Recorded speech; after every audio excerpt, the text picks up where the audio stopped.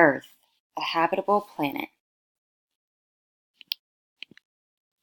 What is needed for life on a planet? Liquid water, oxygen, sunlight, protection from solar wind, protection from the sun's rays, atmosphere, soil, and carbon dioxide. A few things make Earth habitable. The first is mass. This helps us hold on to the atmosphere, which contains oxygen and carbon dioxide that allow us to breathe. Position from the sun. The temperature is not too hot and not too cold on Earth. This allows plants to grow and people to survive. Magnetic field. This protects us from solar bodies and winds in the atmosphere, as well as help us keep the atmosphere. Plate tectonics keep the magnetic field strong. Earth's atmosphere is composed of oxygen and carbon dioxide.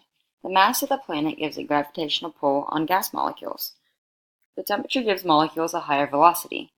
Earth's atmosphere protects us from the sun's rays. Without it, we would not be able to survive.